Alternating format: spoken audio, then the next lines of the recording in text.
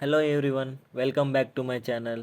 In this video we are going to do a small mini project based upon this Python programming series, that is nothing but calculator.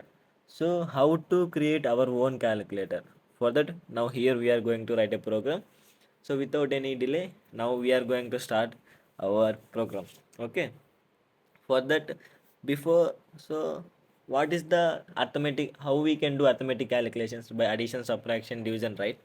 So in simple way, as usual way, take input from this user asking n1 is equals to int of input, enter a n1. Okay, this is how we take input from this user. Two numbers input n1 and then the n2. Now here we are going to perform the arithmetic calculations.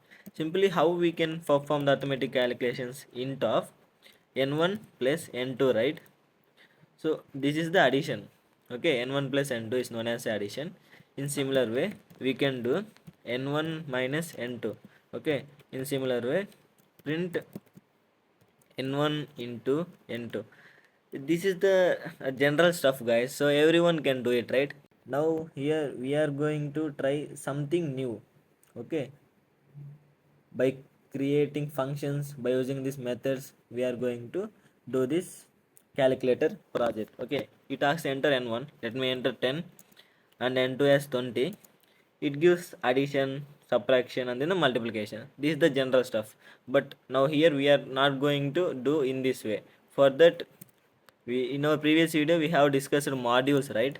So now here we are going to use that module concept in this calculator mini project. Okay, for that, before that, create a function for addition. Create one function that is nothing but def of add, pass arguments, formal arguments x comma y, and then a return type x plus y. Okay, if user want to do the addition, then here we are going to use this add function. Okay, for subtraction, pass these arguments and return x minus y. So this is how we define functions in Python by using a keyword called def. So this is how we can mm, create these functions and use them in our calculator project. For that, create another function def of division of x comma y is equals to. In this division function, here we are going to handle these errors. For that, what if we get zero division error? For that, here we are going to use if else condition. If y not is equals to 0, then return x divided by y. What if y is equals to 0? That's nothing but else condition, right? Else return a statement, a simple statement is. Now here we are giving indication to the user. So please make sure that the denominator is not 0. Okay, if denominator is 0, then it will throw an 0 division error. In similar way, we are going to perform the square root. Okay, sqrt, square root of, we are going to pass a single argument for square root and return x into x. This is the general formula, right, for square root. In a similar way, for square root, for power of a number, pass two arguments x comma y, then return x into x to the power of y.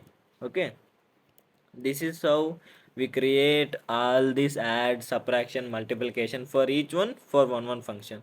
Now here we are going to use this function in our main thing. For that, let's suppose print addition. How we can print addition? By using this print statement. Print add of, by using this function we are going to pass these arguments n1 comma n2. That's how we get this sum, right? For subtraction, in a similar way, for subtraction we are going to print. Now by using this function sub of, we are going to pass these arguments n1 comma n2. Now let's run this program. So this is okay, not best, but it's fine. It has that enter n1 and n2. Let me enter them, and it gives this addition is 7 and subtraction is -1. Okay, this is this approach is well and good, but we can make it some more clear. For that, in our previous video we have discussed modules, right? Modules is nothing but it's a made up of one Python file which is having these all variables, functions, methods. So now here I am going to copy paste this entire function into another file. Okay, that is nothing but math123.py. This is the one file. Now this file has all these modules, classes, all these modules and functions, right?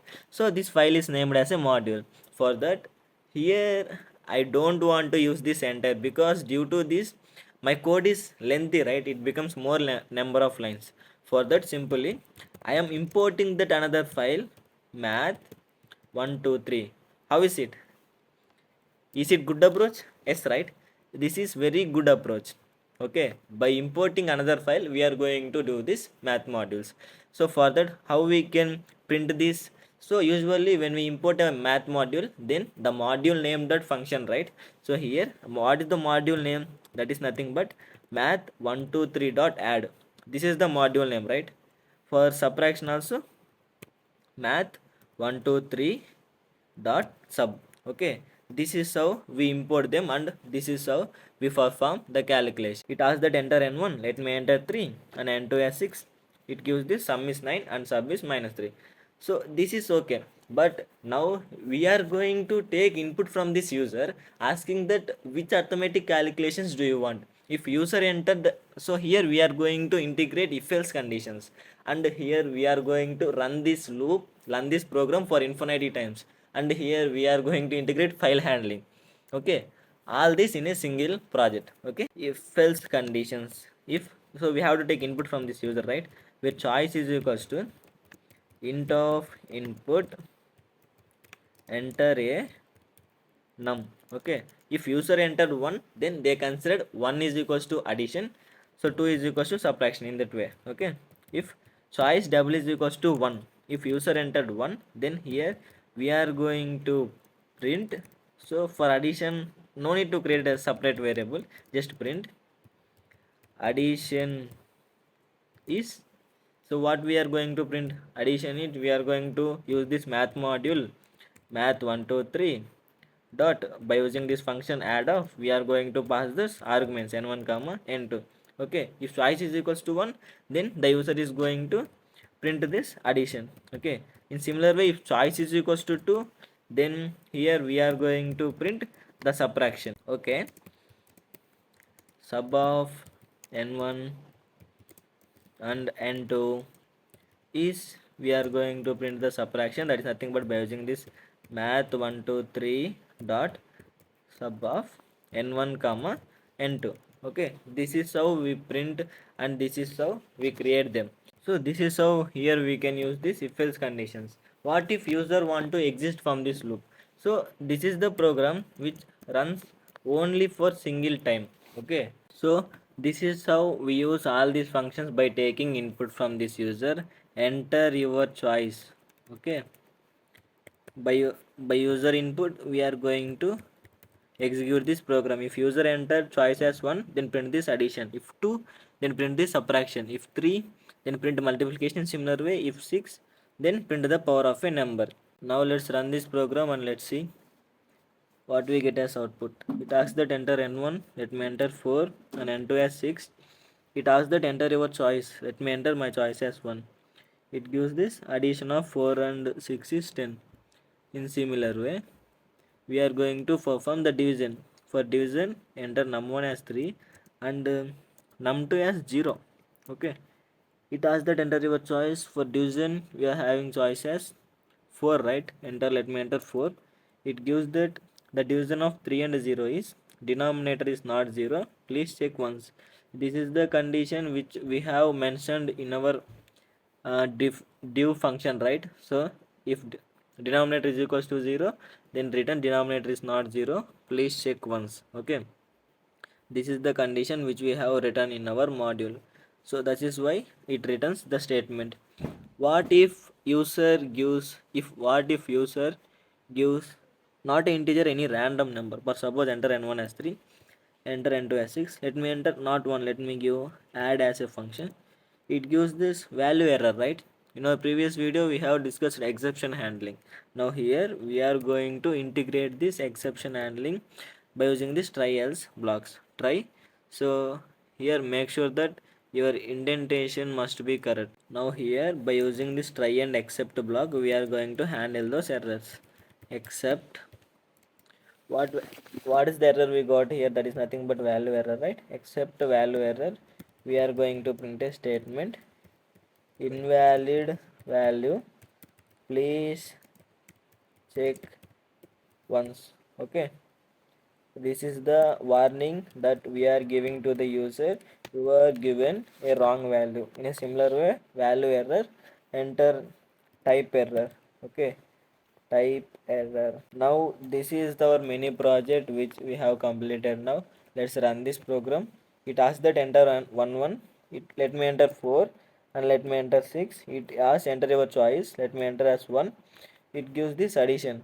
In a similar way, let me enter in place of integer any random text. What does it gives? It gives value error. Value error, invalid value. Okay, because input is not in the try else block, that is the reason why. So for that, integrate this input here. This is our mini project. It asks that enter n1. Let me enter text. It gives this invalid value, please check once. So here we have handled the error, because the system defines that you are given integer, but now here you are giving as a string as a input, then the system must pass error, right? For that, here we are going to handle the errors. That is nothing but invalid value, please check once.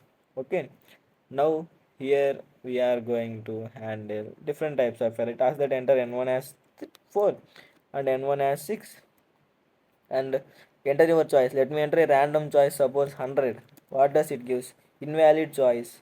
So please make sure that your choice must be in this above mentioned. Okay, this is our mini project, where here in this project we are covered indirectly how to import modules and how to handle the errors and how to use that, how to create your own module. This is the module that which we are created, right? And here we are importing that module by using this try and accept and if else conditions. We are going to perform these calculations. Okay, by using this try and accept, we are going to handle our own errors. If you have any doubts, please go through the comment section. Please like, share and subscribe for more exclusive content. Thank you.